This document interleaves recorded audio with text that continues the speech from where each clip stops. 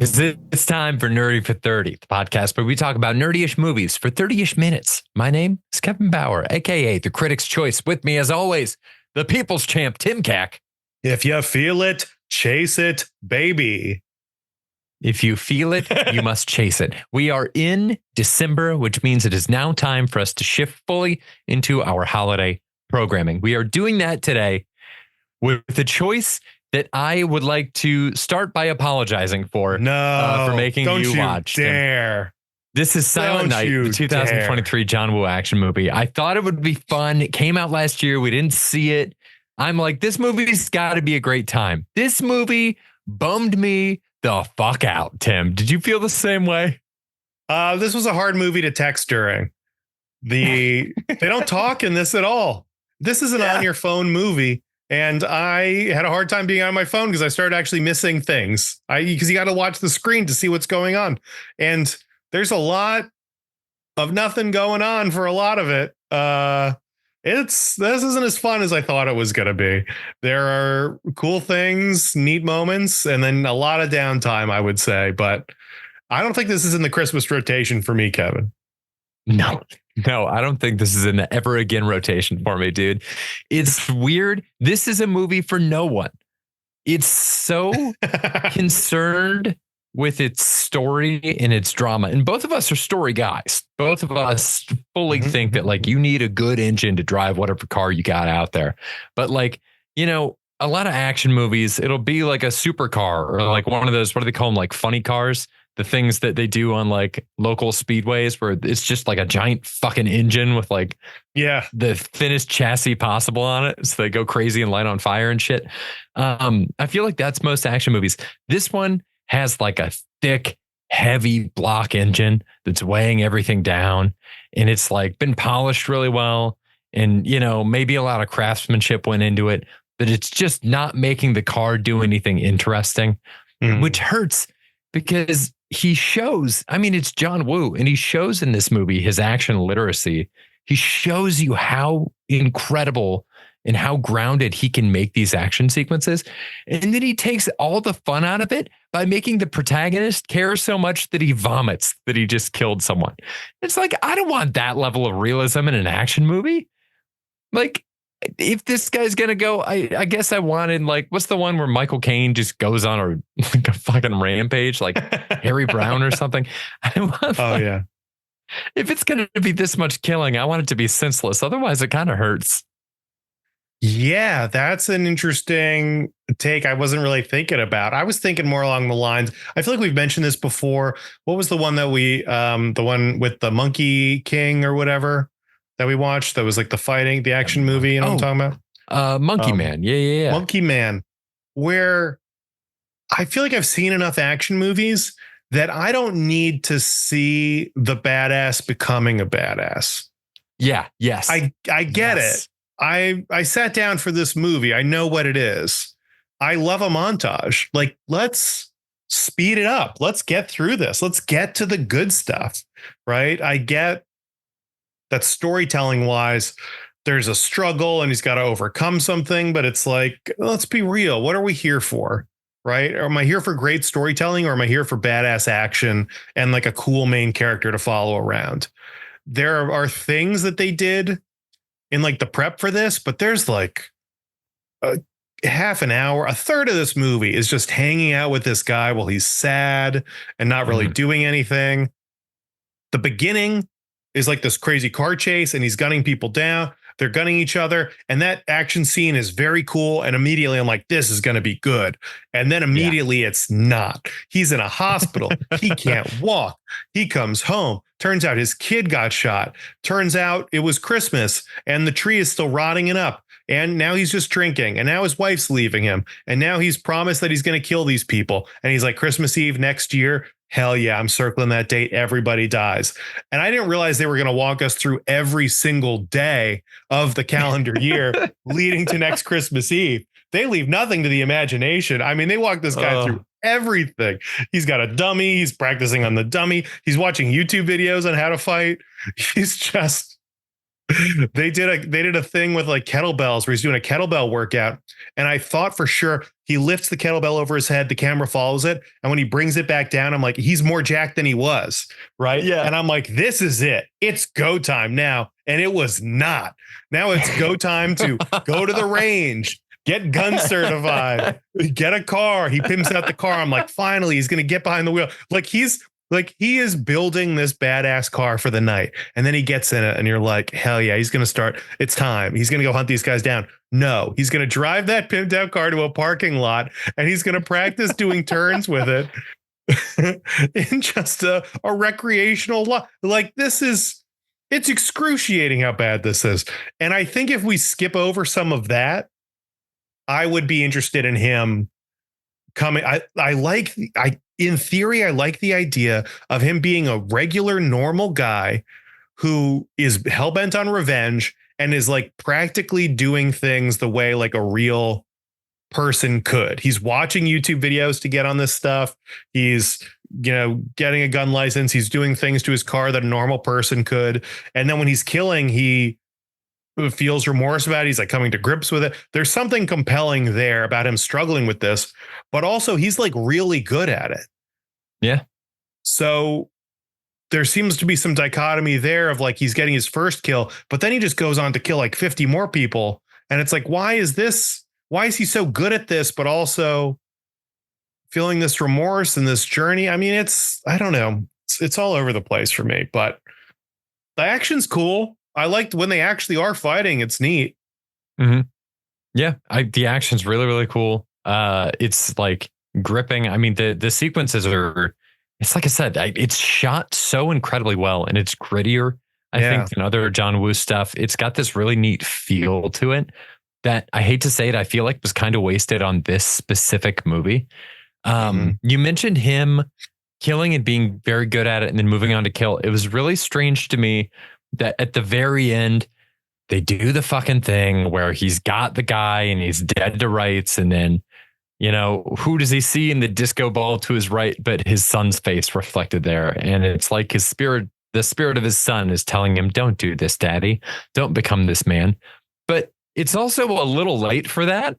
Like it's a little fucking late to grow a conscience. Yeah. And when you're that deep into it, just finish the job. You have the guy. Like you're going to stop there. Like I never liked that move of like introducing that kind of tension into a final moment like that.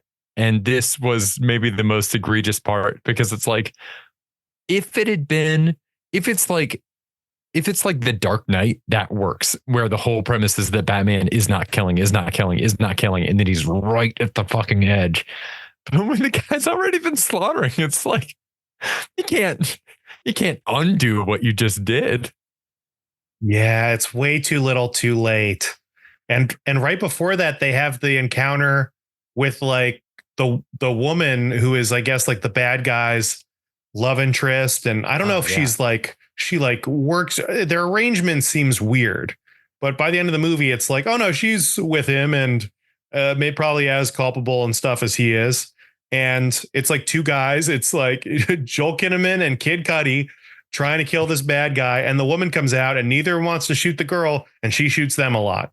And that's just a bummer. I don't know. It sucks. I get it. We don't want to see guys shooting women, but also it's an action movie. And if you want women in an action movie doing action stuff, you should treat them like the guys, probably.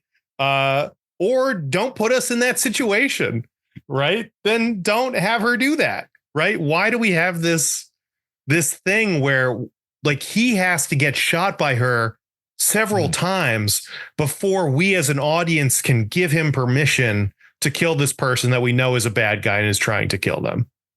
And that just seems like a weird, it's just kind of like slowed it down for me, like bogged it down for me in a way that's like, I don't want to have to think about this, Yeah. It's an awkward, it's like an awkward non-line to play with because it seems to be towing the line of like, would this be bad? Like, obviously, like violence against women is bad. violence against, like in the context of an action movie, that's just such an awkward thing to drop in. It's such a real serious thing to drop into a movie that otherwise has, I mean, relatively no connection to that. So Yeah. did they show scenes? I remember there's the scene where he sees like a bruise on her arm, but I took that to be kind of like a heroin thing or something, like a drug thing. Yeah. Was I looking away? Was there any kind of like a direct domestic violence scene in this movie between the like gang leader and her?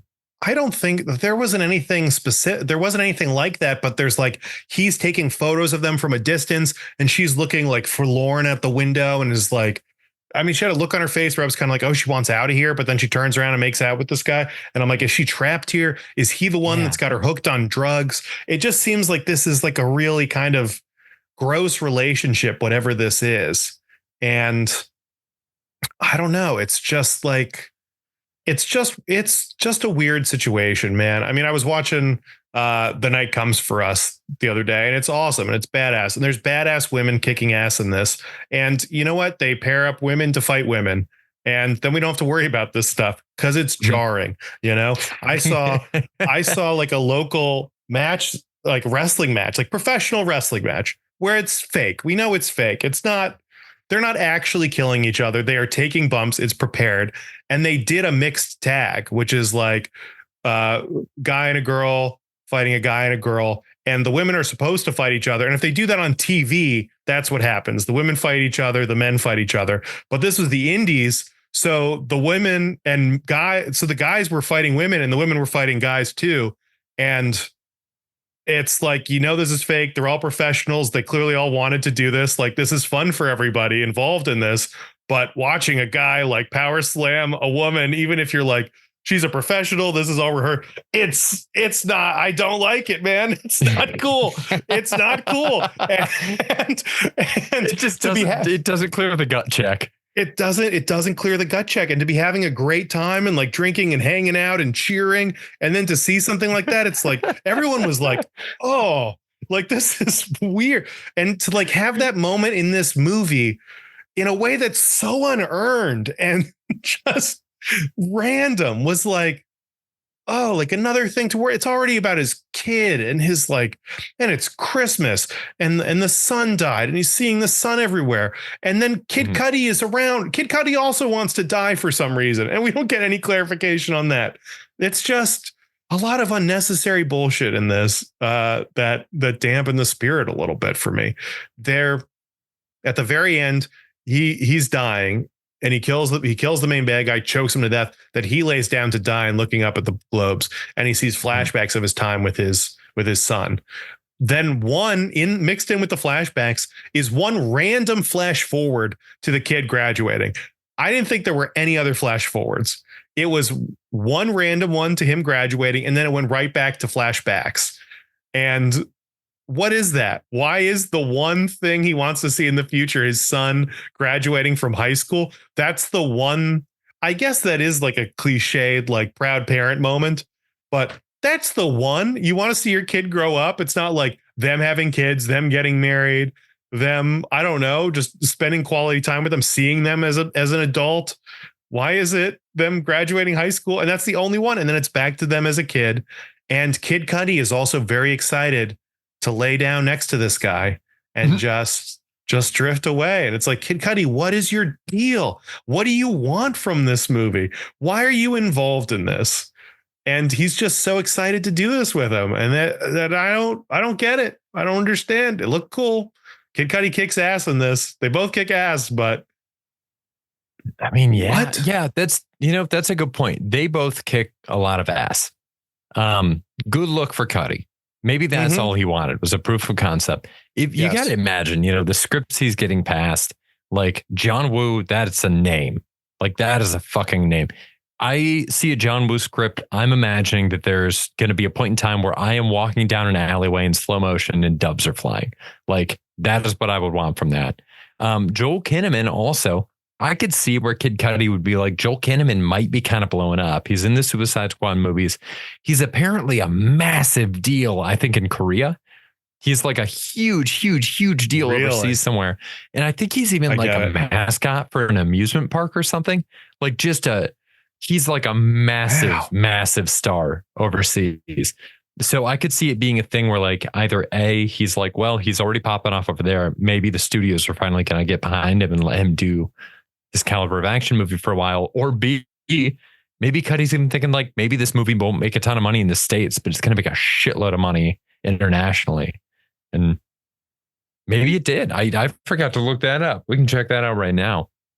He also is just a badass guy. I mean, he's like a cop who failed at his job, and then he grabs his gun and he heads out and he just walks into the building with this guy and starts shooting. He picks up a bad guy's gun and now he's dual wielding. And I'm like, what detective is this that he's dual wielding pistols and just capping people? Like, he's crushing it. Like, he looks awesome in this. I don't know why. I don't know why. Why is what I'm asking for all of this, but it looked cool. It was awesome. Joel Kinnaman to me is just a little generic. There's something about him, like the most recent Suicide Squad. He really just fell into the background for me. When you've got him with like Idris and John Cena and all the other great actors in this, and he's just some guy. And it's not. I don't know. And, as far as like jacked white dudes, it's like we both stand for Glenn Powell. I don't know what it is about Glenn Powell, but I'm into him whenever I'm seeing him. There's just something generic looking about. I just get a kind of like a weird, like this guy could just be doing like B action movies for the rest of his career. He could be in any random action movie and just be a guy in the military who like says, you're not going to do this, not on my watch. Someone who like lectures Maverick before they go off and do something. Yeah, I mean, I don't think he's bad. It's just isn't resonating with me, and I'm not sure why, Kev. Yeah. I don't know what it is either. It's a tough break for him in that Suicide Squad movie. That one I also just rewatched recently. Very, very fun, and it's so tough because Idris, John Cena, Margot Robbie, these are stars. Yes, huge stars. They have so much presence to them. And even if you go to the people who are like in the comedic sense, if you think about like who's playing straight man, if we're considering them like the bigger characters, if we're going to who else in that movie is playing straight man, it's fucking Viola Davis and David Dastmalchian, who is now like horror movie royalty. Like he has just played his hand so perfectly, being in the background of everything and always being that perfectly creepy guy, that if you're Joel Kinnaman, you probably can't go forward and like really ramp it up because you're not going to match toes. Like you're not going to go toe to toe with the rest of them. But if you try to pull back even further and kind of play something in the background, like be a little counter melody, you got to compete with fucking Dastmalchian and Viola Davis. Like that's a really tough break. And Ratcatcher, who is like the emotional center of this movie, and a giant CGI shark. So this guy's like 12th on the bill in this movie. And that's not including all the people that, spoiler alert, die in the first 10 minutes of that movie. Pete Davidson is on that list. He's a Nathan Fillion, right? Like they've got a stacked cast that gets like cut off right at the top. Wow. That's a movie. We should just talk about that movie some more. We should, man. That movie's great. Yeah. The most fun that I had in this movie, there were times where I felt myself checking out, and then I would like convince myself to lock back in on the screen and pay attention to what I was seeing. And I noticed, he's wearing like a black leather jacket, and I felt myself have the thoughts of, oh, you know what? He kind of looks like the Punisher a little bit. And I'm like, oh, this kind of looks like, you could kind of make it like a Punisher type movie. Like, what if I pretend right now that this scene that I'm watching is from a Punisher movie? And it was like the color coming into the Wizard of Oz. As soon as I pretended it was the Punisher, I was so in. Like if you took this exact same level of production, these exact same like fight scene choreographies, these exact same settings, and put it in a Punisher movie, it would be such a smash hit. And I think it just goes to show like the story in the background, it's so dramatic here. It's not that the events that are happening to the Punisher aren't dramatic, but the tone of the movie and the lens through which the movie is seen in the case of something like the Punisher is so purposefully arch. It's so aware of what it is, and it's so willing to like, I don't know, grip the shoulders of the fact that it's an action movie and shake itself. And it's like, I'm hungry for this movie to have more fun. Yes. And be more of a B movie. And it's not. And I think it suffers for it. Yeah. Dwelling on a sad emotion doesn't necessarily make it more impactful. No. Like time does not equal interest in all these instances. So they spent a lot of downtime. I mean, some things I did like when he fights, like one of the first things he does is go and just pick up this guy on the street and bring him back and interrogate him. And he's got a mask on and he's got this knife and he's threatening the dude. And he stabs the knife in the table in front of this guy. And I'm like, oh, this is a huge mistake. And then part of me is like, no, he must know what he's doing. He must have done this. He must be prepared for this. And he was not. Like the bad guy uses it to free himself. And now he has a knife and he stabs him twice, like immediately. And that's great. I loved that scene where he just gets his ass kicked and he's getting hit in the head with like a laundry machine door. And it's like, that's the stuff I want to see. Like that is, yeah. That's character development. Like that's when action is done well, you can see a character evolve during the course of it. I don't necessarily need a guy vomiting after a kill or whatever, but you can see him learn while this is going on. And by the end, he's willing to do what he needs to do. And he's taken away lessons from this interaction that he will not fuck this up again. And I thought that was great. Really, really good. That's neat. But like, that's the thing is like, you can have more fun with that exact thing. I was reminded there of the thing from Spider-Man Homecoming where he webs Donald Glover to the trunk of that car. Yeah. And he's using the like interrogation voice. And Donald Glover's like, you need to get a lot better at this part of the job. Donald Glover's so good. It's, I just feel like so much of this was a missed opportunity in a way. And I'm wondering, so let me ask you this. If somebody told John Woo, you can't make this a Christmas movie, do you think it happens at all? Like, why it seems like the idea for this movie happened based on the name Silent Night. And then like the action movie came after the title. Because, I mean, sure, it's sad that he got a bike for Christmas and then, you know, got gunned down on a drive-by. Like, of course, that's fucking tragic. That's awful. It would also be awful if it was Easter. It would also be awful if it was his birthday. Right. I don't really think any of this needed to happen at Christmas.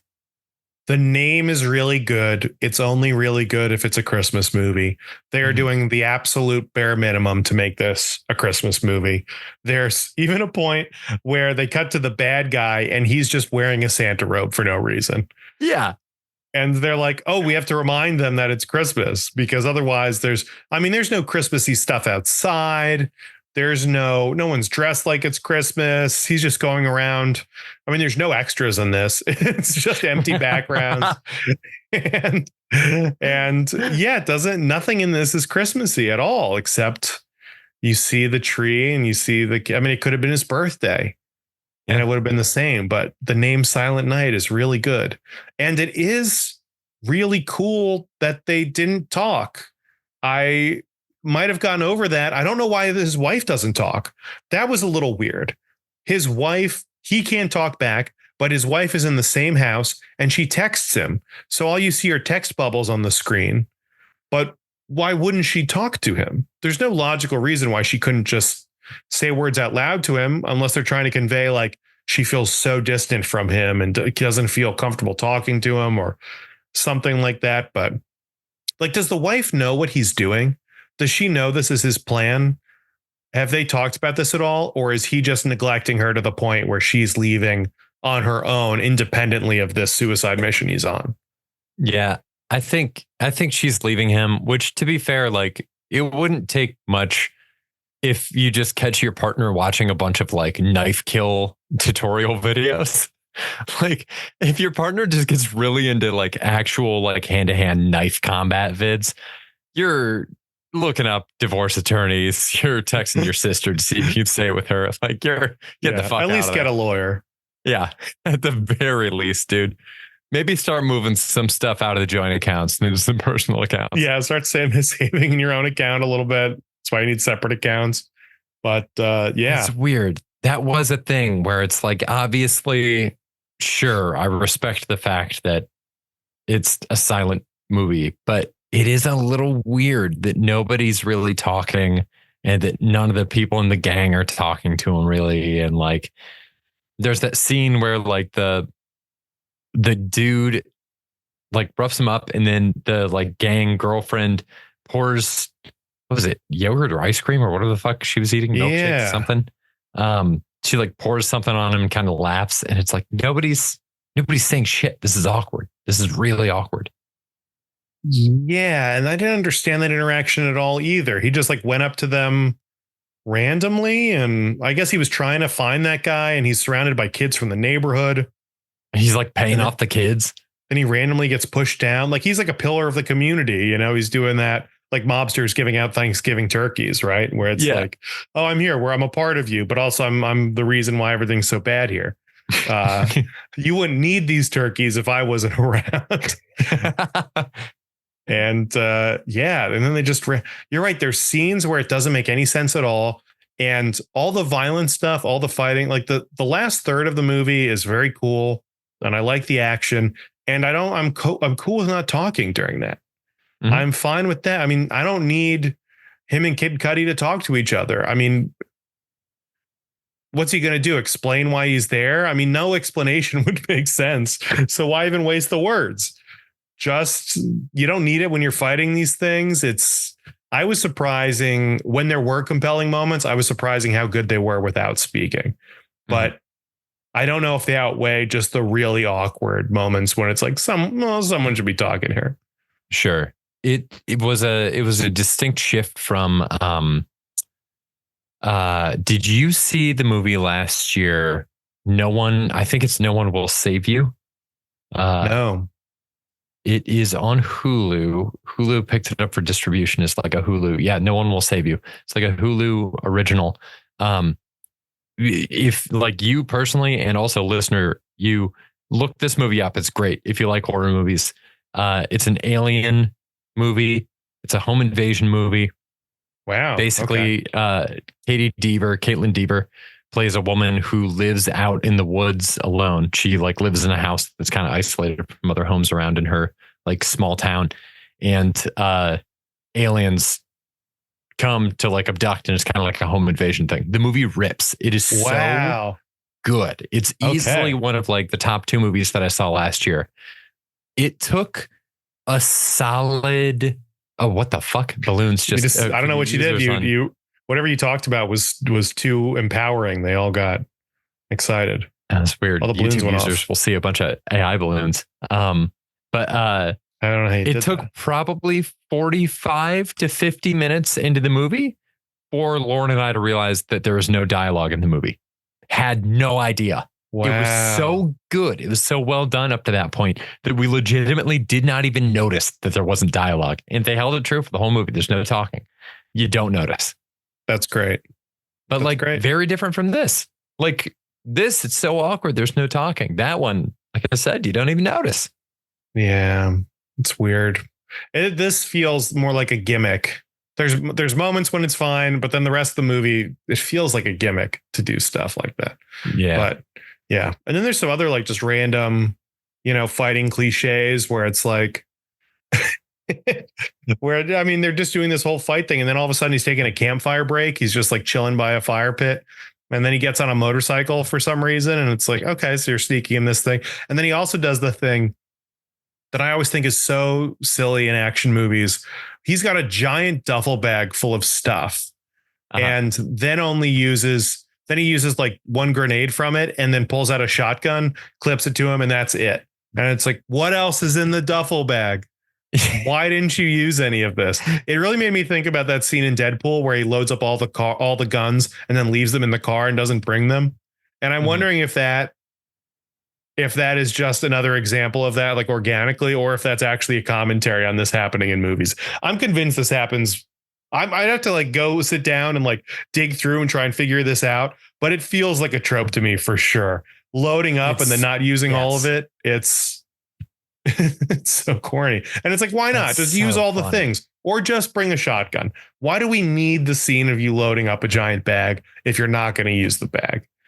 It's really intimidating. I mean, I keep bringing up the Punisher on this pod. I'm pretty sure in the Thomas Jane Punisher, he loads up a duffel bag, but I think he uses every fucking thing he puts in that bag. John Wick does that. Yeah. Right. Where he's got a bag full of stuff. He hides them all and we get separate scenes with him using each weapon. Oh, man. Like, yeah. Yeah, man. It just seems like some of those are like easy outs. I do like on the stairs. There's a moment when he's fighting his way up the stairs and he gets shot in the chest and he's got on body armor. So he's okay. But he looks so scared in that moment where he's like, oh, shit, I could die. And it seems like there's just moments when he realizes what's going on. And those are really good and really cool. And a better movie, I feel like, can be more impactful. But I thought that moment was crazy when he's like, it looks like, I'm like, is he going to run away now? He looks like he's having a panic attack, right? Like he's done all this training. He's done all this practicing. He's been shot already. He's been stabbed already, but he hasn't been shot in the chest and been okay yet. So this is a new experience for him. It was like, have you seen those videos of babies where you throw a slice of cheese on their head? They kind of freak out. They don't know what to do. And I was Googling, like, is this bad for babies? Are they having like a bad reaction to the cheese? And and all the stuff I saw was basically like, this is just a new experience. They freak out because they've never experienced anything like this. They haven't faced a single scenario when a cold, smooth piece of craft caresses their face. And they don't know how to, it's overstimulating for him. And that's how he reacts when he's shot in the chest in the bulletproof vest. Dude, every single time we upload one of these videos to YouTube, there's a box that we have to check at the bottom that says, is this video for kids? And you have to check yes or no. I want them to change that line to, is this bad for babies? That's the only rubric I care about. Yeah. No, he has the same shocked look on his face when he's got the guy on the roof of the car. Yes. He's like driving around and I was like, it's kind of funny when they cut to his face on the inside after he pulled off the really cool thing where he pins the guy and stabs him in the stomach. I was like, holy shit. And then the guy gets on the roof and he peels away with the dude and he looks like he doesn't know what the fuck to do. Yeah. Like, well, how do I get this guy off my roof? That's fun. And then he shoots him and then all this blood and the guy slowly slides down. It's gruesome. And then he kind of has like a panic attack when that's happening. And that stuff's good, man. I mean, this is just a classic. This might be a classic candidate for two longest, where it's just, you cut a third out of this movie. It's instantly better. Yeah. I mean, I think this is also rewritables where I think if we make this a comedy as well, it slaps. I think if we like lightly make this an action comedy, it slaps. And I think that might require putting in a different actor from Joel Kinnaman. I mean, maybe not. Like the scared stuff is pretty funny. Like when he is being very scared, it's a hair away from being legit funny. I think they could keep him and just make the situations a little funnier. Sure. Like a little bit more like exaggerated the way that shit's going wrong around him. Just like I think the scene to lock in on there is the guy getting the knife during the interrogation. I think that's your keystone for the whole movie. Yeah. And just some reactions of like, oh shit. I think more of those kinds of oh shit moments would help it a lot. Yeah. I don't know. I don't know if I'm recommending this one to anybody, but oh, sorry. What were you saying? I was just going to say it is kind of a classic opportunity to do almost like a Buster Keaton comedy with the fact that he's silent, especially if you have like if Kid Cudi can talk and Kid Cudi's kind of grilling him on like, you didn't think to do it like this. And then he just gets to give him a look. See, that's like, that's almost too much. I feel like. You think? Well, once everybody's talking, then it is just like a straight slapstick, I think, where it's like we've just got a random goofy character who can't talk.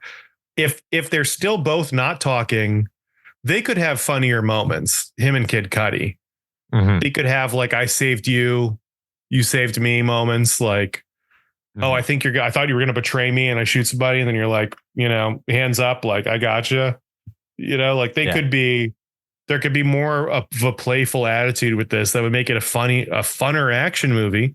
But also it's just revenge for his son getting shot with a I mean, they beat that into you so hard that there's no room for him to be having fun.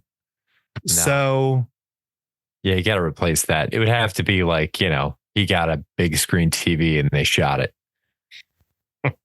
It is also the beginning is so random because I guess the beginning of the movie cuts and his son gets a bicycle for Christmas. He gets shot in the front yard because two gangs are in two separate cars racing each other and shooting machine guns at each other, which that can't be real life. There's no way this is actually happening. That gangs get in opposite cars and just race through the city shooting machine guns at each other. I swear the same guy in one of the cars gets shot twice during this. Like he gets machine gunned to death. He falls into the car. Then he gets machine gunned. Then he pops out again and he gets machine gunned to death. And it's crazy. And he's chasing these people down and he attacks one. I think he ends up killing one of them, right? With like a prop thing. And then the bad gets out and shoots him.